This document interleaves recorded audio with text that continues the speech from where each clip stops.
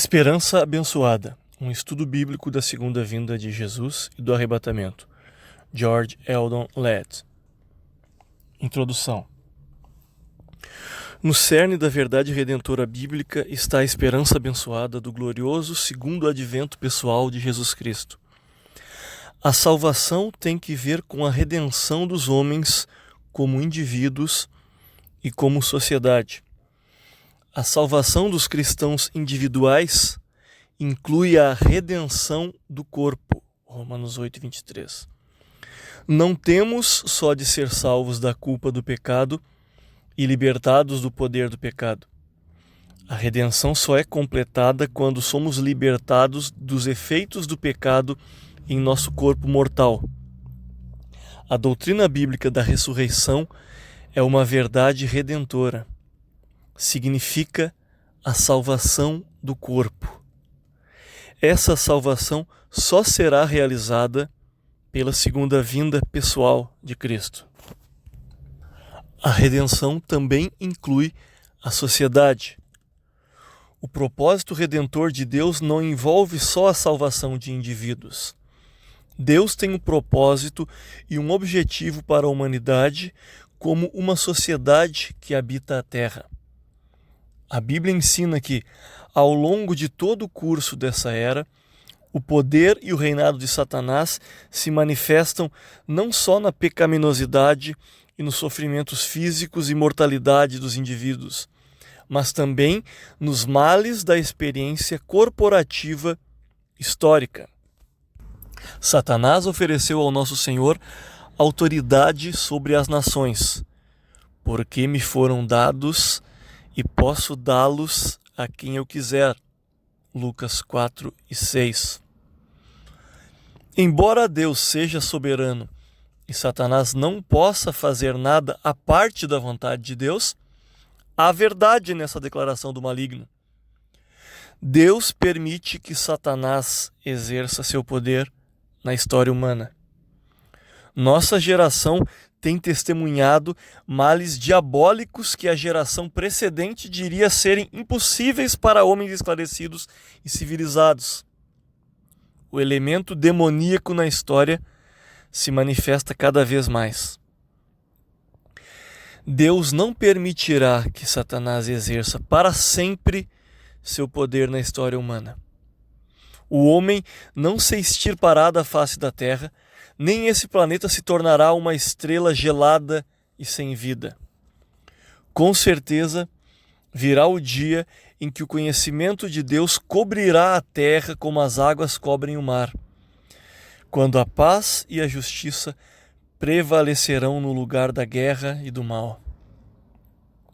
Com certeza, virá o dia em que Deus tomará as rédeas do governo nas mãos, e o reino de Deus virá sobre a terra, e sua vontade será feita como é feita no céu. Esse glorioso destino do homem só será alcançado por meio da volta pessoal, visível e gloriosa de Cristo. Ele está destinado a ser Senhor dos senhores e Rei dos reis. A segunda vinda de Jesus Cristo é uma doutrina absolutamente indispensável no ensinamento bíblico da redenção. A obra de Deus, a parte de seu glorioso retorno, ficaria incompleta para sempre. No cerne da redenção passada está Cristo na cruz. No cerne da redenção futura está Cristo voltando em glória. Houve eras na história da igreja em que se perdeu de vista essa verdade preciosa. Na Idade Média, pensava-se que o reinado da Igreja Católica era idêntico ao reino de Cristo. Em outras épocas, os cristãos sérios e fervorosos aprenderam que a igreja verdadeira, por intermédio da pregação do Evangelho, tinha de conquistar a terra toda e, assim, inaugurar o reino de Deus sem a volta pessoal de Cristo. Em nossos dias, entre as igrejas evangélicas, a doutrina da segunda vinda de Cristo recebe, em geral, uma ênfase salutar e bíblica. A interpretação do livro de Apocalipse, que os estudiosos denominam futurista, é amplamente defendida e o autor está convencido de que essa é a percepção correta. As principais características desse sistema de verdade profética são como se segue.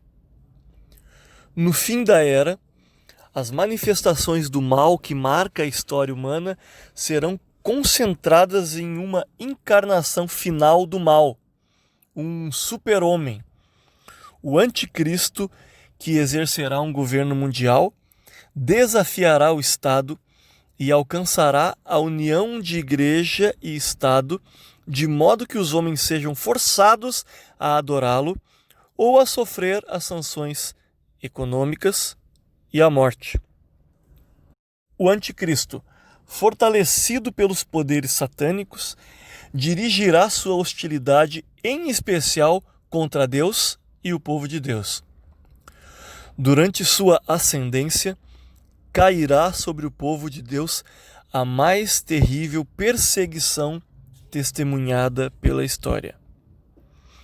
Esse tempo de sofrimento é denominado Grande Tribulação e terá a duração de 3 anos e meio. Deus, no entanto, não estará inativo e, durante o período final da Grande Tribulação, manifestará seu julgamento iminente ao derramar a ira divina sobre o anticristo e aqueles que o adoram. Outro elemento importante nesses tempos finais é o tratamento do povo judaico por Deus. Eles estão destinados a ser restaurados. O véu será tirado da mente dele, e eles, por fim, voltar-se-ão como um povo em fé para Jesus como seu Messias. Eles, ao se recusarem a adorar o anticristo, passarão a ser o objeto da ira deste e sofrerão um martírio pavoroso. Embora o anticristo venha a prevalecer por um tempo, seu reinado será breve. Cristo voltará, pessoal e visivelmente em poder e glória, para punir o anticristo junto com aqueles que o adoram, para libertar seu povo da grande tribulação e estabelecer seu reino milenar sobre a terra. Nesse esboço do ensinamento profético, o reino de Deus, em sua manifestação externa, só virá quando o Senhor Jesus voltar em glória. A missão atual da igreja não é salvar o mundo e assim estabelecer o reino de Deus, mas sim evangelizar o mundo pela proclamação do Evangelho. Assim, a segunda vinda de Cristo é tanto a esperança abençoada da igreja, quanto a esperança da história humana. Sua vinda significará tanto salvação quanto julgamento. O autor defende com firmeza essa gloriosa verdade. Ela pode ser designada pelo termo pré-milenarismo. O fato de esse padrão bíblico da verdade profética ter passado a ser aceito de forma tão ampla entre nossas igrejas evangélicas se deve, em boa parte, a que, durante as últimas décadas do século XIX, Deus levantou um grupo de estudantes devotados da palavra para pôr nova ênfase na esperança abençoada. Esses homens exerceram uma influência profunda no estudo da palavra de Deus e um amor pela verdade profética. Isso, em essência, significa uma volta à interpretação que prevaleceu ao longo dos primeiros séculos da história da Igreja cristã.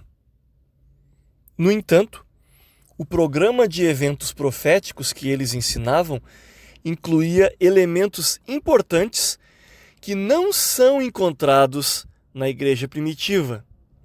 Entre esses estavam os ensinamentos do arrebatamento da igreja no início da grande tribulação e a expectativa de uma vinda secreta de Cristo a qualquer momento, com o propósito de arrebatar a igreja.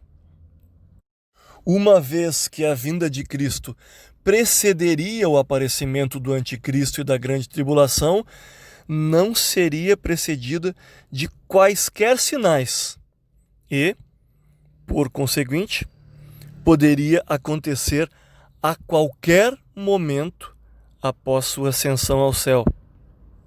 A vinda de Cristo é iminente, ou seja, pode acontecer a qualquer momento. A iminência significa que um evento não profetizado deve acontecer antes da volta de Cristo para arrebatar a igreja. Podemos designar esse ensinamento pela palavra pré-tribulacionismo, porque ensina um arrebatamento da igreja antes da tribulação, de modo que a igreja escape da grande tribulação. O pré-milenarismo e o pré-tribulacionismo têm muito em comum. Os dois antecipam um anticristo pessoal. Os dois esperam um breve período de tempo de terrível tribulação no fim da era. Ambos antecipam a gloriosa vinda de Cristo para estabelecer seu reino milenar. O pré-tribulacionismo acrescenta várias outras características não essenciais para os principais contornos da verdade pré-milenarista. Assim, o pré-tribulacionismo e o pré-milenarismo não são sinônimos. Todos os pré-tribulacionistas serão pré-milenaristas, mas nem todos os pré-milenaristas serão pré-tribulacionistas. Muitos pré-milenaristas acreditam que as Escrituras não ensinam que Cristo voltará secretamente para arrebatar a igreja antes da grande tribulação.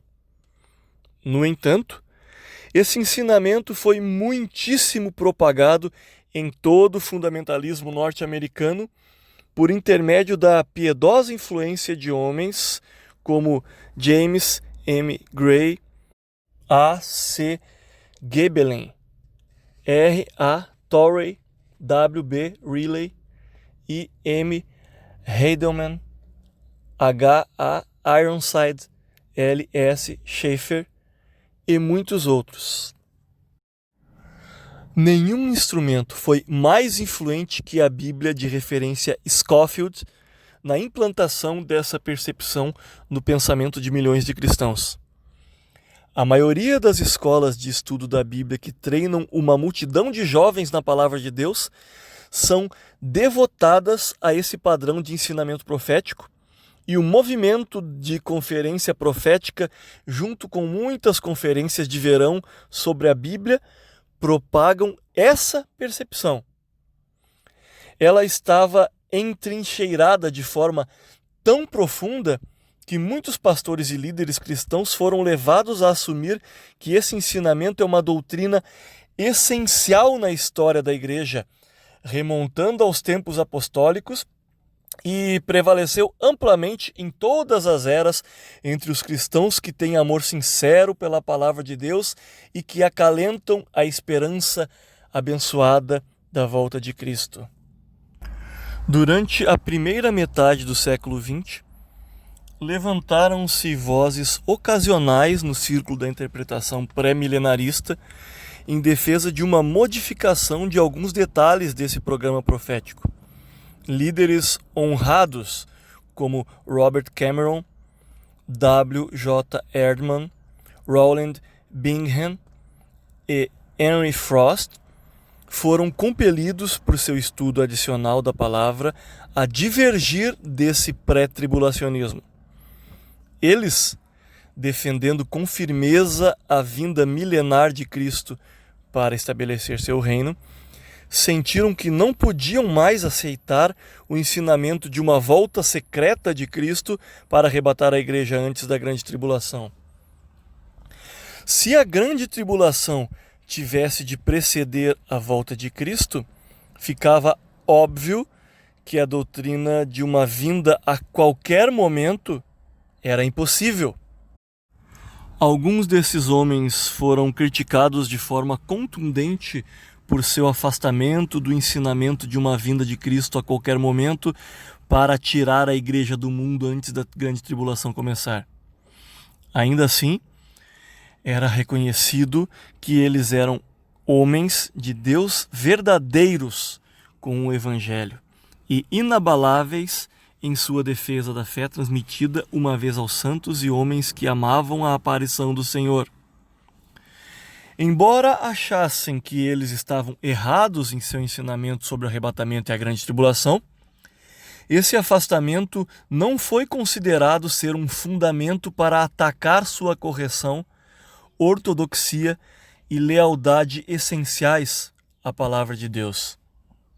Recentemente, a questão assumiu um caráter um tanto diferente.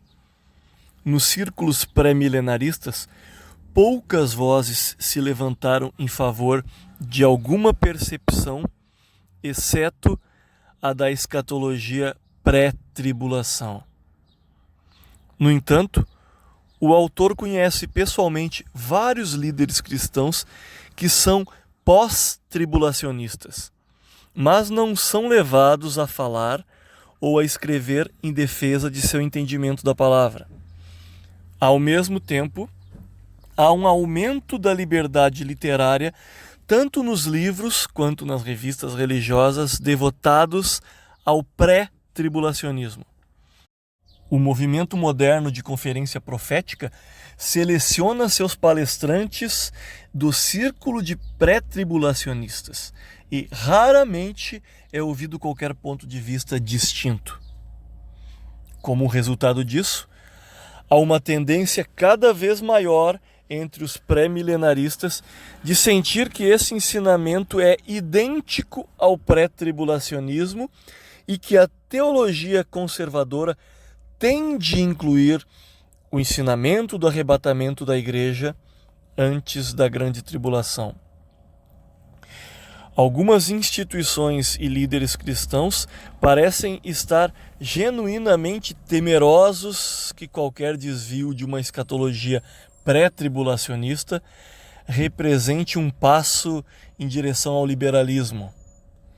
As escolas ou os professores de estudo da Bíblia que não são pré-tribulacionistas são acusados de se afastarem da fé bíblica.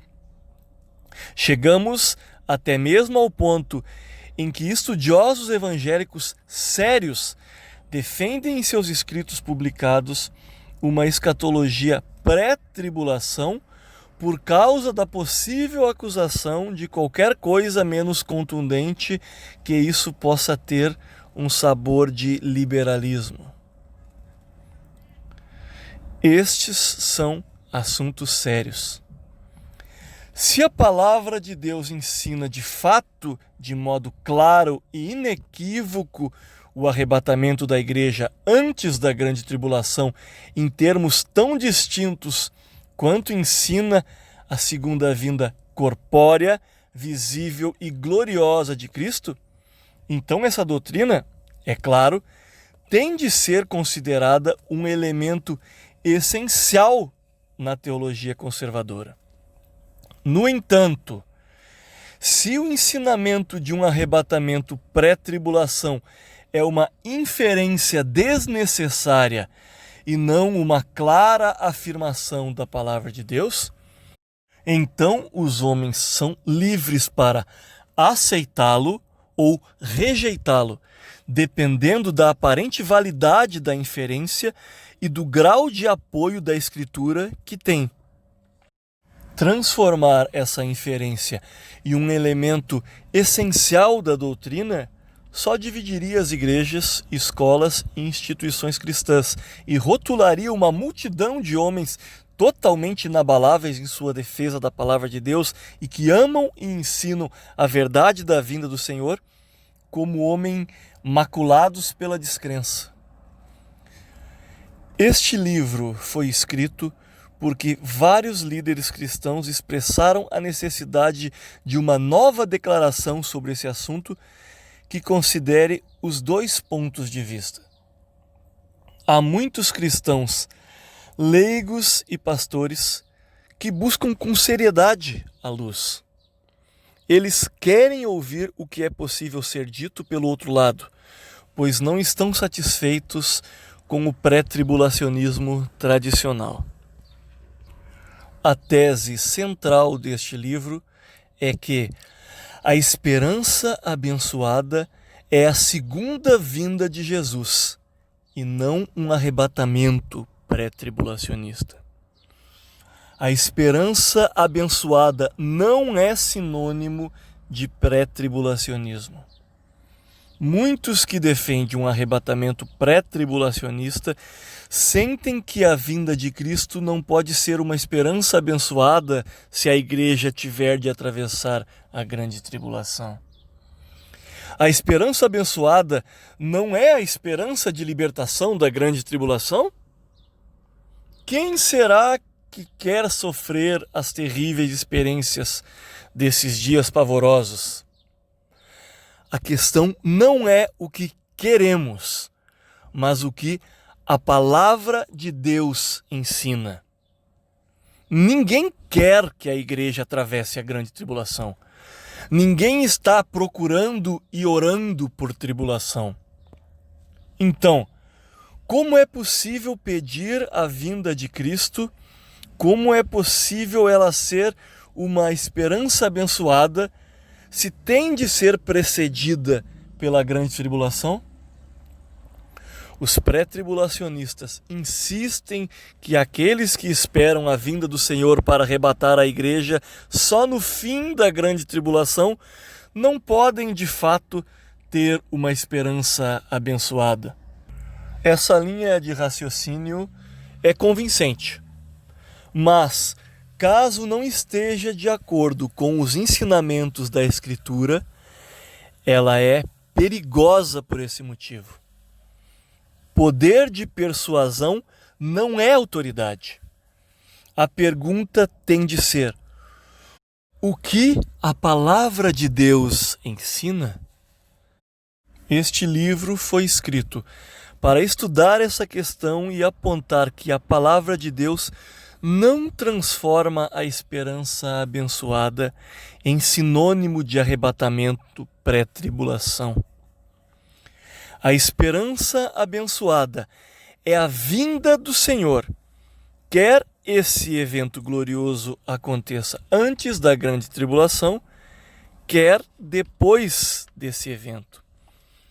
A esperança abençoada não é a libertação da grande tribulação, mas a união com o Senhor em sua vinda.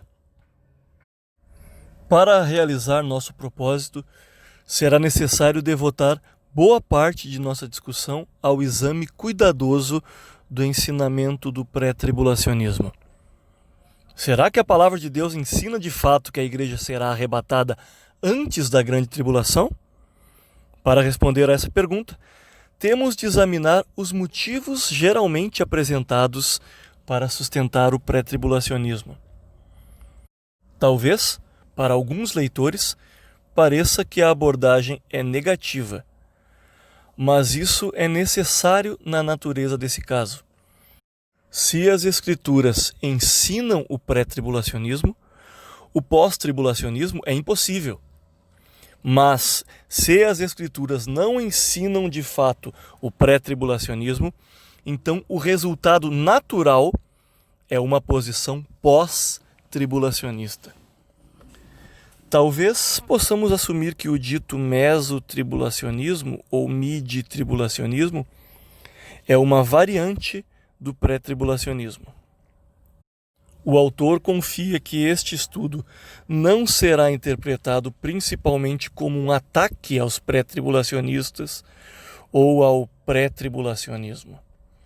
Não é seu desejo atacar alguém, mas encorajar o estudo devoto da Palavra de Deus.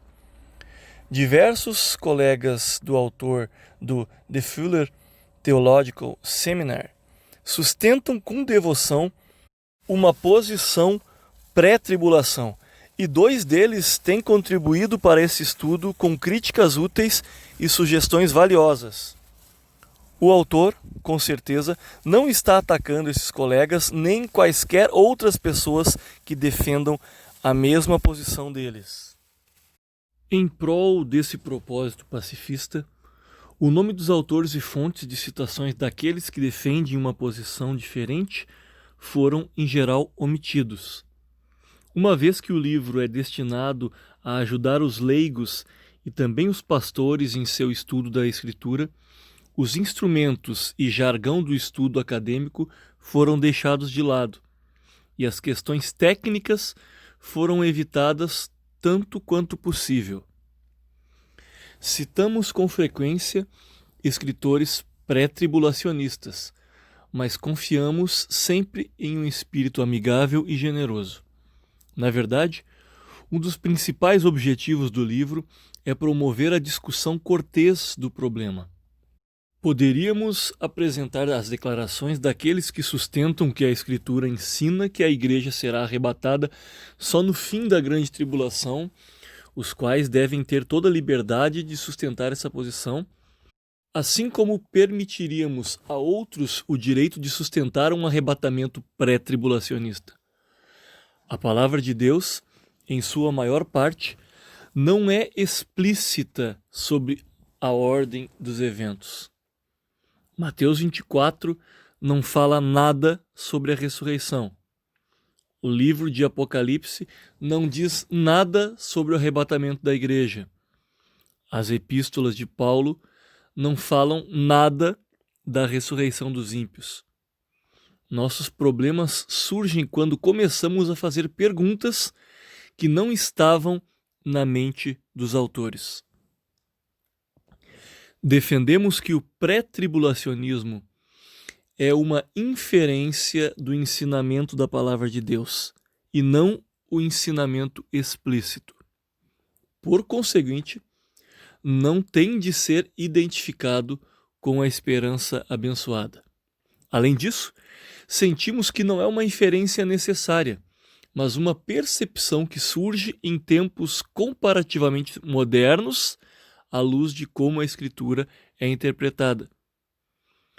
Não esperamos que os pré-tribulacionistas concordem com a interpretação da Escritura apresentada aqui, mas confiamos que eles nos deem o direito de diferir no Senhor. É necessário enfatizar uma coisa. O autor afirmaria sua crença no segundo advento pessoal e pré-milenar de Jesus Cristo. O autor espera sua vinda. É a esperança abençoada. Seu ministério de púlpito ressoa continuamente a expectativa e a necessidade da volta gloriosa do Senhor. Seu ministério de ensinamento põe grande ênfase no fato de que a teologia fica incompleta sem a vinda pessoal de Cristo para completar a obra da redenção. Um dos principais objetivos de um livro anterior era defender o pré-milenarismo. No entanto, o pré-tribulacionismo não é idêntico ao pré-milenarismo. E este livro é lançado com a ardente oração de que possa ser usado pelo Espírito Santo para trazer um melhor entendimento de um assunto difícil e para promover a liberdade cristã na interpretação da verdade profética. Até que todos alcancemos a unidade da fé, até vermos face a face, quando conheceremos plenamente, da mesma forma que somos plenamente conhecidos. Temos de manter a verdade em amor, fazendo todo o esforço para conservar a unidade do Espírito pelo vínculo da paz.